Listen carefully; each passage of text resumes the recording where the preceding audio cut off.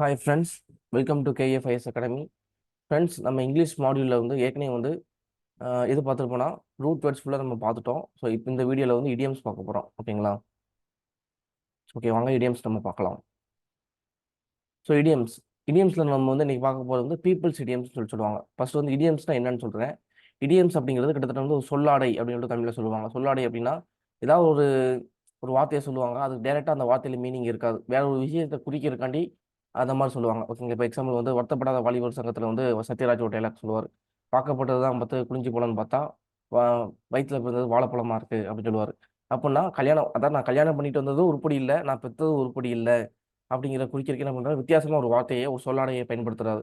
So அந்த சொல்லாடைக்கு என்ன meaning அப்படின்னா, எனக்கு வாக்கப்பட்டதும் சரியில்லை, என் வயிற்றுல பிறந்ததும் சரியில்லை அப்படிங்கிறது அது மீனிங். ஓகேங்களா?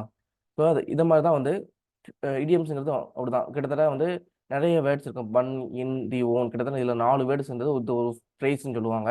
ஸோ இந்த ப்ரைஸ் நார்மல் ப்ரைஸ் மட்டும் கிடையாது, ஒரு இடியம் கூட. இடியம்னா ஏற்கனவே சொன்ன மாதிரி அதுக்கு டேரெக்டாக அதில் மீனிங் பார்க்கக்கூடாது. இப்போ பன் இன் தி ஓவன் அப்படின்னா என்ன அர்த்தம்? இதுக்கு டேரெக்ட் மீனிங் ஓவன் அடுப்பு. ஓகேவா? கரண்ட் அடுப்பு. அந்த கரண்ட் அடுப்புக்குள்ளே பன் இருக்குது அப்படின்னு அர்த்தம்.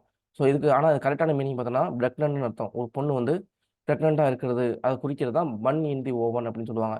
ஸோ இதை டேரெக்டாக நீங்கள் மீனிங் பார்த்தா ஏதாவது உங்களுக்கு லாஜிக் இருக்கா? லாஜிக் இருக்காது. ஆனால் இதுக்கு இது ப்ரெக்னெண்ட்டாக, ஒரு பொண்ணு ப்ரெக்னெண்ட்டாக இருக்குங்கிற சொல்கிறத ஒரு சொல்லாடை மூலியமா மண் இன் தி ஓவன் அப்படின்னு சொல்லிட்டு சொல்கிறாங்க. ஓகேங்களா? இங்கிலீஷில். ஸோ இங்கிலீஷில் இடியம்ஸுங்கிறது கிட்டத்தட்ட தமிழில் சொல்லாடை அப்படின்னு சொல்லிட்டு சொல்லுவாங்க. ஓகேங்களா? ஸோ நம்ம எக்ஸாம்பிள்ஸ் போயிடுவோம். ஃபர்ஸ்ட் வார்த்தை first இடியம் bun in the oven. Bun in தி ஓவன்னா நம்ம ஏற்கனவே சொன்ன மாதிரி பிரெக்னன்ட்னு அர்த்தம். ஓகேங்களா? பார்த்தீங்கன்னா ஒரு பொண்ணு பிரெக்னெண்டாக இருக்காங்க. ஸோ அவங்க வயிற்றுல குழந்தை இருக்கு. ஓகேவா? ஸோ வயிற்றுல குழந்தை இருக்கிற மாதிரி இங்கே என்ன இருக்கு, ஓவனில் பன் இருக்குன்னு அர்த்தம். ஓகேங்களா? ஒரு ஓவன், ஒரு அடுப்புக்குள்ள ஒரு பன் இருக்கு. அதே மாதிரி தான் ஒரு வயிற்றுக்குள்ள ஒரு ஒரு குழந்தை இருக்கு அப்படிங்கிறது குறிக்கிறது. ஓகேவா? நீங்கள் ஞாபகம் வச்சுக்கோங்க. இது சிம்பிளாக நீங்கள் ஞாபகம் வச்சுக்கிறது தான். ஓகேவா? எப்படி முடிஞ்ச அளவுக்கு ஞாபகம் வைக்கணுமோ ஞாபகம் வச்சுக்கோங்க. இன்னும் எப்படி சொல்லணும்னா, இப்போ ஓவன் ஹீட்டாக இருக்கும். பன்னை அதுக்குள்ளே வச்சதுக்கப்புறம் பன் ஒரு லாஸ்ட்டாக ஒரு நல்ல ஒரு பொருளாக கிடைக்கும். அதே மாதிரி தான் கிட்டத்தட்ட வயிற்றில் ஹீட் இருக்க மூலியமா குழந்தை நல்லா வளர்ச்சி அடைஞ்சு கடைசியில் ஒரு முழு குழந்தையாக வெளியில் வரும். ஓகேவா? அதே மாதிரி நீங்கள் ஞாபகம் வச்சுக்கோங்க. ஓகேங்களா? So bun in the oven அப்படின்னா ப்ரெக்னெண்ட்டாக இருக்கிறது. ஓகேவா? ஸோ அடுத்து இதுக்கு எக்ஸாம்பிள், ஒரு சென்டென்ஸ் எக்ஸாம்பிள் நான் உங்களுக்கு ஒவ்வொரு இடியம்ஸ் கீழேயும் கொடுத்துருக்கேன். அதை நீங்கள் பாருங்கள். எக்ஸாம்பிள் பாருங்கள். My sister has a bun in the oven. அதாவது என்னுடைய சகோதரி ப்ரெக்னெண்ட்டாக இருக்காங்க. So bun in the oven, அவங்க ப்ரெக்னெண்ட்டாக இருக்காங்க. And the baby is due this fall. அதாவது குழந்தை பிறக்க போகுது, இன்னும் கொஞ்ச நாள் குழந்தை பிறந்துடும் அப்படிங்கிற குறிக்கிறது தான் டியூத் இஸ் ஃபால். டியூனா என்ன? டியூ டேட்னு சொல்லுவாங்களா?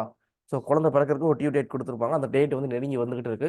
ஸோ கொஞ்ச நாளில் குழந்தை பிறந்துடும் அப்படிங்கிற குறிக்கிறதா என்ன சொல்கிறாங்க, என் sister bun in the oven. அதே மாதிரி அவங்களுக்கு குழந்தை கொஞ்ச நாள் பிறக்க போகுது, அவங்களோட டியூ டேட்டு நெருங்கிடுச்சு அப்படின்னு சொல்லிட்டு சொல்கிறாங்க. ஸோ இந்த சென்டென்ஸில் மை சிஸ்டர் ஹேஸ் பிரெக்னன்ட்னு சொல்லாமல் என்ன சொல்கிறாங்க, பன் இன் தி ஓவன் அப்படிங்கிற ஒரு வார்த்தையை யூஸ் பண்ணுறாங்களா? ஸோ இதுதான் இடியம்ஸ் அப்படின்னு சொல்லிட்டு சொல்லுவாங்க. ஸோ அடுத்தது பாருங்க, அடுத்த இடியம் பாருங்க, ஆங்கிள் பைட்டர்.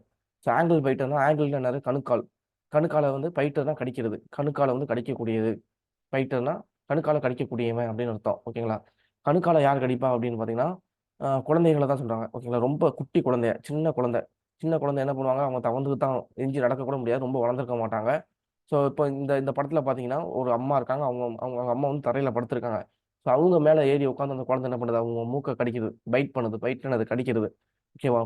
ஸோ இதே குழந்தை அவங்க அம்மா படுத்திருக்கனால மூக்கை கடிக்குது. ஒருவேளை அவங்க அம்மா நின்றுக்கிட்டு இருக்காங்க அப்படின்னா எங்கே கடிக்கும்? அது ஹைட், எது ஹைட்டு? கணுக்காலில் தான் ஹைட் இருக்கும். அப்போ அந்த ஆங்கிள் கடிக்கும். ஓகேங்களா? ஸோ ஆங்கிள் பைட்டுங்கிற வார்த்தை எதை குறிக்கணும்? ரொம்ப குட்டி குழந்தை, சின்ன குழந்தை, அது மாதிரி ரொம்ப சேட்டை பிடிச்ச குழந்தை. பிளேஃபுல் என்னது? ரொம்ப விளையாட்டு புத்தி உள்ள குழந்தை, ரொம்ப சேட்டை பண்ணும் அப்படிங்கிற குறிக்கிறது தான் குறிக்கிறதுக்கு தான் இந்த இந்த வார்த்தை யூஸ் பண்ணுவாங்க, ஆங்கிள் பைட்டர். ஆங்கிள் பைட்டர்னா சின்ன குழந்தை, அது மாதிரி ரொம்ப சுட்டித்தனமா விளையாட்டுத்தனமா இருக்கக்கூடிய ஒரு குழந்தை அப்படிங்கிற குறிக்கிறது தான் அந்த ஆங்கிள் பைட்டர். ஓகேங்களா? ஸோ இதுக்கு ஒரு எக்ஸாம்பிள் பாருங்க. can't believe how fast my little angle biter is growing up. இதுக்கு என்ன அர்த்தம்? ஒரு அம்மா சொல்றாங்க, என்னால் நம்பவே முடியல, என்னுடைய ஆங்கிள் பைட்டர் எவ்வளோ ஸ்பீடாக வளர்ந்துக்கிட்டு இருக்கான் அப்படின்னு சொல்றாங்க. அதாவது என்னுடைய குழந்தை, அவங்க ஒரு எக்ஸைட்மெண்ட்ல சொல்றாங்க. எக்ஸைட்மெண்டோடைய சிம்பிள், எக்ஸ்கிளமேட்டரியோடைய சிம்பிள். ஓகேங்களா? ஒரு எக்ஸைட்மெண்ட்ல சொல்றாங்க, என்னால் நம்பவே முடியல, என்னுடைய ஆங்கிள் பைட்டர், என்னோட சுட்டித்தனமான குட்டி குழந்தை என்ன பண்ணுது, எவ்வளோ ஸ்பீடாக வளர்ந்துகிட்டு இருக்கு. ஒரு சந்தோஷத்துல சொல்றாங்க, ஒரு எக்ஸைட்மெண்ட்ல. ஓகேங்களா? ஸோ இதுக்கு தான் ஆங்கிள் பைட்டருங்கக்கூடிய இடியம்க்கு இதான் மீனிங். ஓகேங்களா? ஸோ இதெல்லாம் நீங்கள் ஞாபகம் வச்சுக்கோங்க. ஸோ இடியம்ஸை பொறுத்தவரையும் நீங்கள் முடிஞ்ச அளவுக்கு எப்படி ஞாபகம் வச்சுக்கோங்கிறது தான். ஓகேங்களா? உங்களுக்கு நிறைய சென்ட்ரல் கவர்மெண்ட் எக்ஸாம்ஸ் இதெல்லாம் உங்களுக்கு யூஸ் ஆகும். பொதுவாகவே இங்கிலீஷ் கற்றுக்கணும்னு நினைக்கிறவங்க இதே மாதிரி இடியம்ஸ் யூஸ் பண்ணி பழகிட்டீங்க அப்படின்னா உங்களுக்கு நிறைய இடியம்ஸ் தெரிஞ்சதுனாலே பெரிய இங்கிலீஷில் வந்து நாலேஜ் உள்ள ஒரு ஆள் அப்படின்னு தான் நிறைய பேர் நினைப்பாங்க. ஓகேங்களா? இப்ப அடுத்து பாருங்க.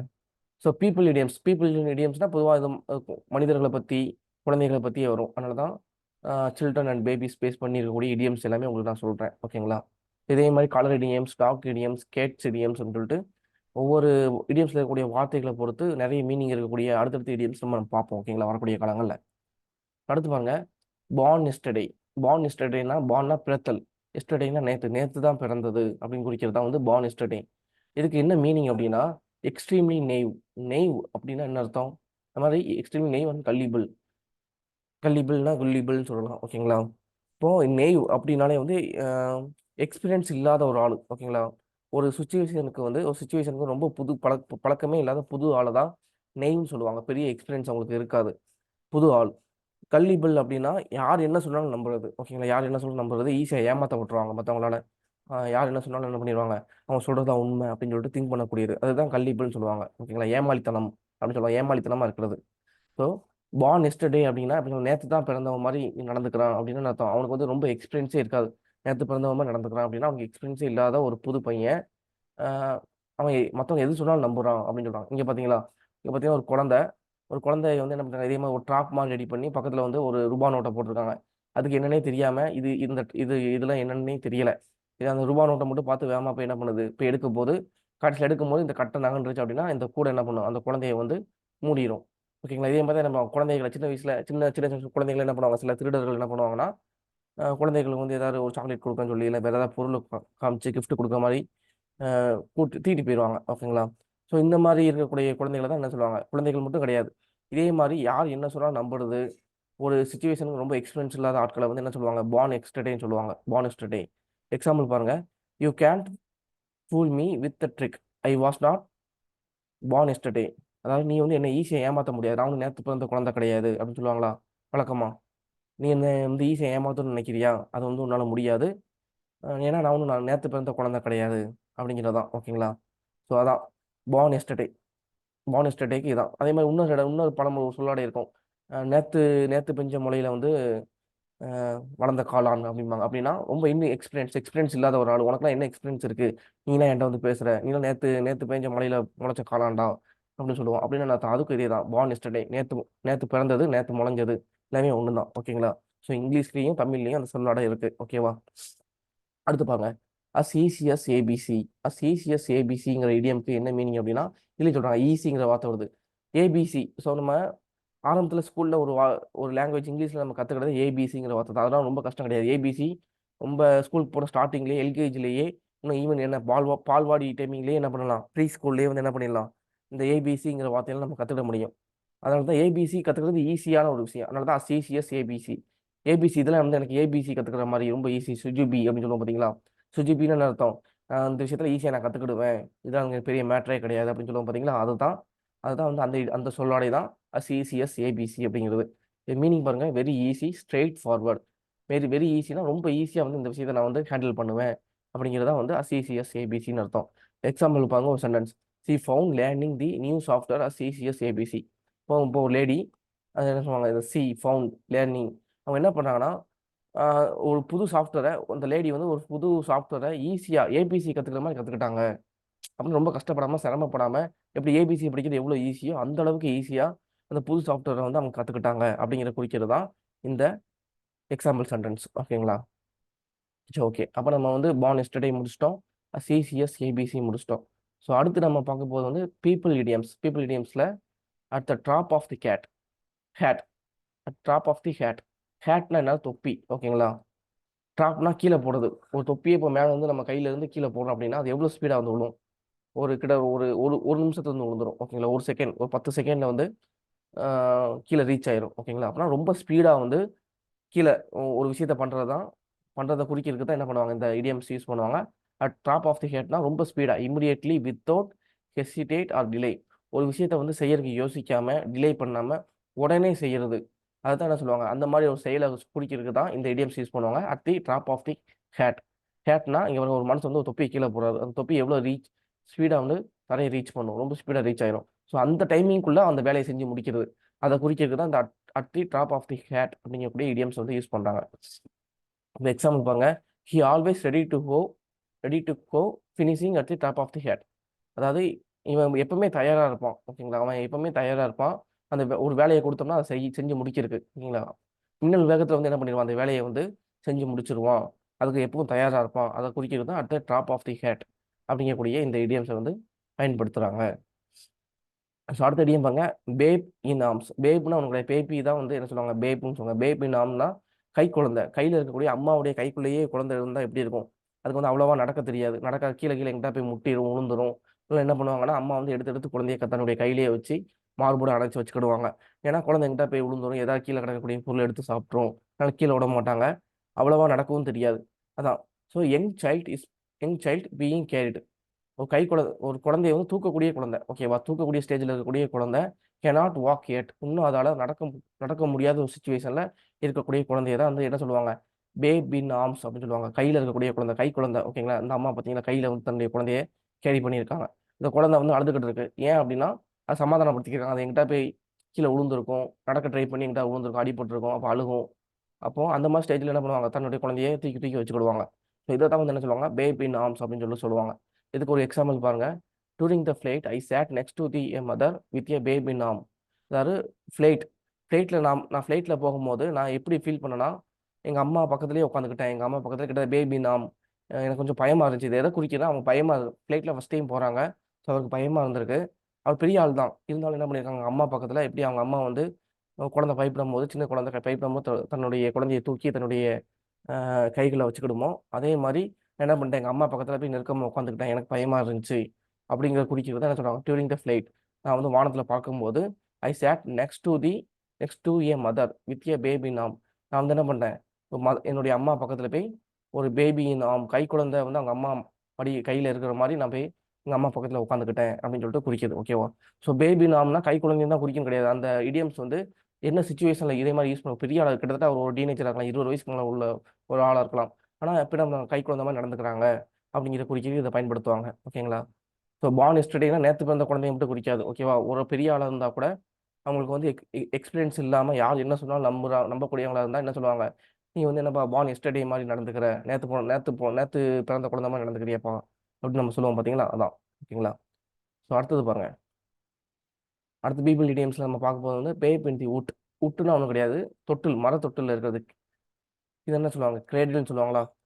கிரேடில்னா என்னது, தொட்டில் இருக்கக்கூடிய குழந்தை. ஓகே, பேப் இன் தி உட் அப்படின்னா என்ன அர்த்தம்னா, a person who is naive or inexperience. நேவ்னா நம்ம ஏற்கனவே சொன்னோம், எக்ஸ்பீரியன்ஸ் இல்லாமல் இருக்குது. ஓகேவா, ஒரு ஒரு சுச்சுவேஷனுக்கு ஒரு புது என்விரான்மெண்ட்டுக்கு வந்து புதுசாக இருப்பாங்க. அவங்களுக்கு வந்து பெரிய எக்ஸ்பீரியன்ஸ் இருக்காது. ஓகேவா, அவங்கள தான் என்ன சொல்லுவாங்கன்னா பேபி இந்த வுட் அப்படின்னு சொல்லிட்டு சொல்லுவாங்க. ஸோ ஒரு நிறைய ஐடியம்ஸ்க்கு வந்து ஒரே மாதிரி மீனிங் வந்து வரலாம், பிரச்சனை கிடையாது. நீங்கள் என்ன வச்சுக்கோங்க, ஸோ பேபி இந்த வுட் அப்படின்னாலும் என்ன அர்த்தம், தொட்டில் இருக்கக்கூடிய குழந்தை. ஸோ தொட்டில் இருக்கக்கூடிய குழந்தைக்கு எதாவது அனுபவமும் இருக்குமா, எதுவுமே அனுபவமும் இருக்காது. ஓகேங்களா, அதுக்கு வந்து திடீர்னு பயப்படும், அழுகும், கீழே ஒருவேளை தொட்டில் இருந்து கூட கீழே விழுந்த தனக்கு அடிபடுங்கிறது கூட அது தெரியாது. ஸோ அந்த மாதிரி இருக்கக்கூடிய குழந்தைகளை என்ன சொல்லுவாங்க, பேப் இன் தி வுட் அப்படின்னு சொல்லுவாங்க. ஓகேங்களா, ஒரு எக்ஸாம்பிள் பாருங்க, moving to a big city she felt like a baby in the wood. So moving to a big city, அதாவது ஒரு கேர்ள் வந்து என்ன பண்ணுறாங்கன்னா, அவங்க ஒரு வில்லேஜில் இருக்காங்க போல். ஸோ வில்லேஜ்லேருந்து ஒரு பெரிய சிட்டிக்கு, பெரிய ஒரு நகரத்துக்கு வந்து மூவ் பண்ணி போகிறாங்க, வீடை ஷிஃப்ட் பண்ணி போகிறாங்க. ஆனால் வில்லேஜில் இருக்கக்கூடிய தனக்கு எல்லாம் தெரியும் நினச்சிக்கிட்டு இருந்த அவங்க வந்து என்ன இப்போ எப்படி ஃபீல் பண்ணுறாங்கன்னா, பேபி இன் தி வுட், தனக்கு எதுவுமே தெரியாது, எதுவுமே எக்ஸ்பீரியன்ஸ் இல்லாத ஒரு ஆள் மாதிரி ஃபீல் பண்ணுறாங்க. ஏன் அப்படின்னா, அவங்க வாழ்ந்த ஊர் எல்லாமே ஒரு சின்ன ஊர், அதுக்குள்ள உள்ள விஷயங்கள் எல்லாமே அவங்களுக்கு தெரிஞ்சிருக்கு. ஸோ தனக்கு எல்லாம் தெரியும் அப்படின்னு நினச்சிக்கிட்டு இருந்தவங்க ஒரு பெரிய நகரத்துக்கு போகும்போது தான் நமக்கு தெரியாத விஷயங்கள் நிறையா இருக்குது அப்படின்னு சொல்லிட்டு ஃபீல் பண்ணுறாங்க. ஸோ அதை குறிக்கிறதுக்கு தான் move to a big city she feel like a babe in the wood அப்படிங்கிறக்கூடிய இடியமை வந்து பயன்படுத்துகிறாங்க. ஓகேங்களா, ஸோ அடுத்து பாருங்க, வெட் பிஹைண்ட் தி இயர். இதுக்கும் கிட்டத்தட்ட அதே தான் மீனிங், இன்எக்ஸ்பீரியன்ஸ், ரொம்ப யங். வெட் பிஹைண்ட் தி இயர்னா யங்ஸ்டர்ஸை குறிக்கும். ஓகேங்களா, பார்த்தீங்களா, யங்ஸ்டர்ஸை வந்து குறிக்கும். அவங்க வந்து இன்எக்ஸ்பீரியன்ஸ்டாக இருப்பாங்க, அவங்களுக்கு வந்து பெரிய முன் அனுபவங்கள் இருக்காது, துருதுருன்னு இருப்பாங்க, சில விஷயங்களை வந்து செய்யணும்னு நினைப்பாங்க. ஓகேங்களா, ஆர்வம் இருக்கும், ஆனால் அதில் வந்து எக்ஸ்பீரியன்ஸ் இருக்காது. ஸோ அந்த மாதிரி இருக்கக்கூடிய யங்ஸ்டர்ஸை வந்து என்ன சொல்லுவாங்க, வெட் பிஹைண்ட் தி இயர் அப்படின்னு சொல்லுவாங்க. வெட்டுனா என்னது, ஈரம், பிஹைண்ட்னா பின்னாடி, இயர்ஸ் அப்படின்னா வந்து காதுக்கு பின்னாடி ஈரம் இருக்குன்னு அர்த்தம். ஓகேங்களா, ஏன்னா காதுக்கு பின்னாடி ஏன் ஈரம் இருக்குன்னு சொல்கிறாங்க, ஸோ யங்ஸ்டரை குறிக்கிறதுக்கு எதுக்கு வந்து காதுக்கு பின்னாடி ஈரம் இருக்கக்கூடிய ஆள் அப்படின்னு சொல்லிட்டு சொல்கிறாங்க அப்படின்னா, ஸோ பொதுவா பார்த்தீங்கன்னா, வயசாயிடுச்சு அப்படின்னா, ஓல்டு பெர்சன் ஆயிட்டாங்க அப்படின்னா, அவங்களுடைய தோல் எல்லாமே சுருக்கம் விழுந்துரும். அவங்களோட அந்த மாய்ஸ்டர் கன்டென்ட், அவங்க தோல்ல இருக்கக்கூடிய மாய்ஸ்டர் கன்டென்ட் எல்லாமே வந்து போய், தோல் சுருங்க ஆரம்பிச்சிடும். ட்ரை ஆயிரும். ஓகேங்களா? அதே மாரி தான் அவங்களுடைய காது பின்னாடி இருக்கக்கூடிய அந்த தசை, காதுக்கு பின்னாடி நீங்க தொட்டு பாருங்க. அந்த இடம் ரொம்ப சாஃப்ட்டா, எப்பயுமே கொஞ்சம் மாய்ஸ்சரைஸா இருக்கும். ஓகேங்களா? கொஞ்சம் ஈரப்பதம் உள்ளதா இருக்கும். நம்மளுக்கு நார்மலா இருக்கக்கூடிய யங்ஸ்டர்ஸ்க்கு. ஆனா, நீங்க ஒரு ஓல்டு பெர்சனுக்கு போய் தொட்டு பார்த்தீங்கன்னா, ரொம்ப ட்ரையா இருக்கும். இல்ல ரஃப்பா இருக்கும். அதனால தான் வந்து ஓல்டு பெர்சன குறிச்சுன்னா, அந்த இடத்துல வந்து வெட்டா இருக்காது, ட்ரையா இருக்கும். ஓகேங்களா? இப்போ வெட் பிஹைண்ட் தி இயர்ங்கிறது யார குறிக்கும்னா, யங்ஸ்டர்ஸ தான் குறிக்கும். ஸோ அவங்களுக்கு வந்து யங்கா இருப்பாங்க. பெரிய எக்ஸ்பீரியன்ஸ் இருக்காது அப்படிங்கிற குறிக்கிறது தான். இப்போ சில பேரண்ட்ஸ்லாம் சொல்லுவாங்க, என்னுடைய உன்னுடைய வயசு என்னுடைய அனுபவம் அப்படிம்பாங்க. அப்படின்னா அவங்க எக்ஸ்பீரியன்ஸ் இருக்கு. அவங்களுக்கு வந்து என்ன அர்த்தம்? எக்ஸ்பீரியன்ஸ் நெறைய இருக்கக்கூடியவங்க குறிக்கிறது தான். "நீலாம் சின்ன பையன்ப்பா, உனக்கு என்ன விஷயம் தெரியும்? நான் நெறைய விஷயங்கள பார்த்தவன்." அப்படிங்கிறத குறிக்கிறது. "நீ சின்ன பையன்" அப்படிங்கிறத குறிக்கிற மாரி தான் வெட் பிஹைண்ட் தி இயர் அப்படிங்கிறதும் அதே தான். ஓகேங்களா? நம்ம ஏற்கனவே சொன்ன மாரி நேத்து பிறந்த பையன் அப்படின்னு நம்ம சொன்னோம். கிட்டத்தட்ட அதுவும் இதுக்கு வந்து பொருந்தும். ஓகேங்களா? So inexperienced or new to a particular situation. ஒரு சிச்சுவேஷனுக்கு வந்து புதுசா புதுசா உள்ளது. அதில வந்து முன் அனுபவம் இல்லாத ஒரு யங்ஸ்டர். ஆனா, அவர் என்ன பண்ணுவாரு, ரொம்ப ஆர்வமா இருப்பாரு. ஒரு விஷயத்த செஞ்சு முடிக்கணும்னு நினைப்பாரு. ஓகேங்களா? ஸோ எக்ஸாம்பிள் பாருங்க. "He may be wet behind the year, but he is enthusiastic and learn quickly." அந்த பையன் வந்து பார்த்தீங்கன்னா, ரொம்ப வெட் பிஹைண்ட் ரொம்ப யங்ஸ்டரா துருதுருன்னு இருக்கான். ஆனா, அவன் வந்து ஒரு எந்தூசியாஸ்டிக்னா ரொம்ப ஆர்வமா, உற்சாகமா இருக்கிறது. ஓகேங்களா? ஸோ அந்த விஷயத்த வந்து அவன் ஈஸியா வந்து கத்துக்கிடுவான். அதனால வந்து அவன நம்பி வந்து இந்த வேலைய குடுக்கலாம் அப்படின்னு சொல்லிட்டு சொல்றதாம். ஸோ வெட் பிஹைண்ட் தி இயர்ங்கிறது அவன் வந்து ரொம்ப யங்ஸ்டரா அதாவது எக்ஸ்பீரியன்ஸான ஆள் இல்லாம இருந்த போதிலும், அவன் வந்து ரொம்ப ஆர்வமா இருக்கான். ஈஸியா வந்து கத்துக்கிடக்கூடியவனா இருக்கான். அதனால அவன நம்பி இந்த வேலைய குடுக்கலாம் அப்படிங்கிறது தான் வெட் பிஹைண்ட் தி இயர். ஓகேங்களா? ஸோ அடுத்த இடியம் பாருங்க சைல்டு பிளே. சைல்டு பிளேயும் கிட்டத்தட்ட வந்து அந்த ஏபிசின்னு சொல்லிட்டு ஒரு இடியம் பார்த்தீங்களா? CCS, ABC. எனக்குலாம் வந்து இது சுஜிபி, ஏபிசி கத்துக்கிற மாரி நான் கத்துக்கிடுவேன்னு சொன்னேன் பார்த்தீங்களா? அதே மாரி தான் சைல்டு பிளே. சைல்டு பிளேனா பார்த்துருப்பீங்க. சின்ன வயசுல இதே மாரி சின்ன சின்ன கேம் வந்து குழந்தைங்க ஈஸியா கத்துக்கிடுவாங்க, விளையாடுவாங்க. ஓகேங்களா? வயசு ஆக ஆக ஒரு விஷயத்து மேல நமக்கு பயம் வரும். இது நம்மளால முடியுமா? முடியாதா? அப்படின்னு. ஆனா குழந்தைகளுக்கு வந்து அந்த மாரி இது வந்து இது என்னால முடியுமா? முடியாதா? அப்படின்னு பெருசா யோசிக்காது. எல்லாத்தையுமே பெரிய பெரிய விஷயங்கள கூட சாதாரணமா செய்யக்கூடியவங்களா இருப்பாங்க. ஓகேங்களா? அதான் சைல்டு பிளேன்னு சொல்லுவாங்க. Very easy or simple to do. ஒரு வேலைய ரொம்ப ஈஸியா செய்யறது. எக்ஸாம்பிள் பாருங்க. For a seasoned chef, making a perfect omelette is a child play. Chef அப்படின்னா என்னது? இந்த உணவு தயார் பண்ணக்கூடிய அந்த வல்லுனர்கள். ஓகேங்களா? இப்போ பெரிய பெரிய இப்போ 5 ஸ்டார் ஹோட்டல்லாம் வந்து செஃப்ஸ் இருப்பாங்க. அவங்க தான் வந்து என்ன பண்ணுவாங்க, சமைப்பாங்க. இப்போ சீசனல் செஃப் அப்படின்னா ரொம்ப எக்ஸ்பீரியன்ஸ்டான செஃப்னு அர்த்தம். ஸோ எப்படி வெட் பிஹைண்ட் தி இயர்னா இன்எக்ஸ்பீரியன்ஸ்டு, பேபி இன் தி வுட்னா இன்எக்ஸ்பீரியன்ஸ்ங்கிற வார்த்தை பார்த்தோமோ, அந்த சீசன்ங்கிற வார்த்தைக்கு என்ன மீனிங்னா சீசன்டு. இதுக்கு வந்து எக்ஸ்பீரியன்ஸ்டுன்னு அர்த்தம். ஓகேங்களா? டைரக்ட்டா அப்படியே இந்த மத்த வார்த்தைக்கு ஆப்போசிட். எக்ஸ்பீரியன்ஸ்டான ஆட்கள் அதத்தான் குறிக்கிறதுக்கு என்ன சொல்லுவாங்க? சீசனுங்கிற வார்த்தைய யூஸ் பண்ணுவாங்க. So for a seasoned chef, அதாவது நல்ல எக்ஸ்பீரியன்ஸான செஃப்‌க்கு ஒரு பெர்ஃபெக்ட்டான ஆம்லெட் போடுறதுலாம் பார்த்தீங்கன்னா, ஒரு சைல்டு பிளே மாரி சிம்பிளா அவங்க வந்து என்ன பண்ணுவாங்க, அசால்ட்டா ஒரு பெர்ஃபெக்ட்டான ஆம்லெட்லாம் போடுவாங்க. நார்மலா மத்தவங்கலாம் ஆம்லெட் பண்ணுவாங்க, ஆம்லெட் உடைஞ்சிரும், சேஃப் இருக்காது. கரெக்ட்டா உப்பு போட மாட்டாங்க, மிளகு போட மாட்டாங்க. இதே மாரி ஏதாவது ஒரு குறைகள் இருக்கு அப்படின்னா, ஆனா நல்லா எக்ஸ்பீரியன்ஸான ஒரு சமையல்காரரா இருந்தா என்ன பண்ணிருவாரு, அசால்ட்டா வந்து பெர்ஃபெக்ட்டா ஒரு ஆம்லெட் போடுவாரு. அப்படிங்கிறது தான் வந்து என்ன சொல்லுவாங்க, சைல்டு பிளேங்கிற வார்த்தைய யூஸ் பண்றாங்க. ஓகேங்களா? அடுத்து பாருங்க ஸ்மால் ஃப்ரை. ஸ்மால் ஃப்ரை அப்படின்னா என்னன்னா, ரொம்ப சின்ன மீனு. மீன்லயே வந்து ரொம்ப சின்னதா பொடுசா நம்ம ஒரு விரல் தண்டி இருக்கக்கூடிய மீன தான் வந்து என்ன சொல்லுவாங்கன்னா, ஃப்ரை அப்படின்னு சொல்லுவாங்க. ஸோ ஃப்ரைனா என்னது? ரொம்ப ரொம்ப சின்ன மீன் அப்படின்னு அர்த்தம். இங்க பார்த்தீங்கன்னா, இவ்ளோ பெரிய பேன் இருக்கு. அந்த பேன்ல ரொம்ப சின்ன மீன் போட்டிருக்காங்க.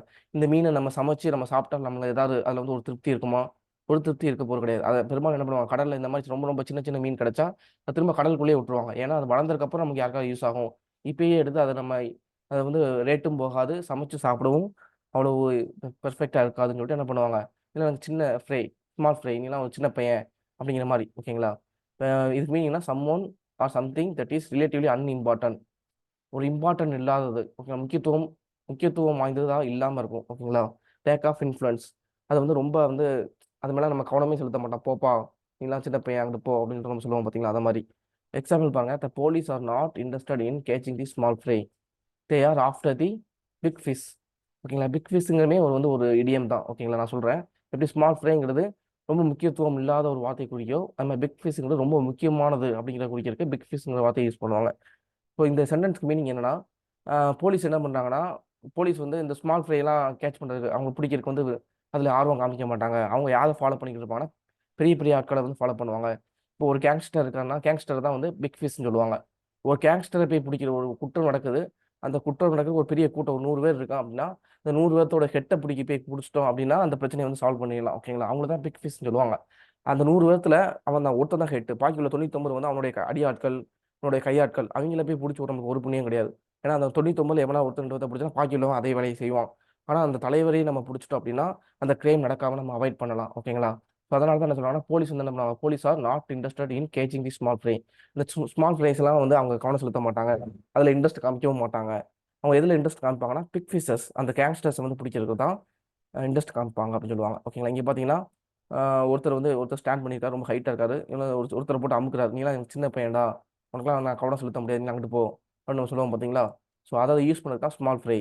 ஸ்மால் ஃப்ரைனா என்ன அர்த்தம்? நீலாம் சின்ன பையன், நீலாம் சின்ன பையன், முன்னாடி வந்து நீ பேசவே கூடாதுடா அப்படின்னு நம்ம சொல்லுவோம் பாத்தீங்களா? ஸோ அதை தான் வந்து என்ன சொல்லுவாங்க, ஸ்மால் ஃப்ரை அப்படின்னு சொல்லி சொல்லுவாங்க. ஓகேங்களா? சரி, ஓகே. இப்போ இன்னைக்கு வந்து நம்ம இடியம் கிளாஸஸ் முடிஞ்சிருச்சு. ஸோ நம்ம கிட்டத்தட்ட வந்து இன்னைக்கு நிறைய இடியம்ஸ் வந்து நம்ம கற்றுக்கிட்டு இருப்போம்.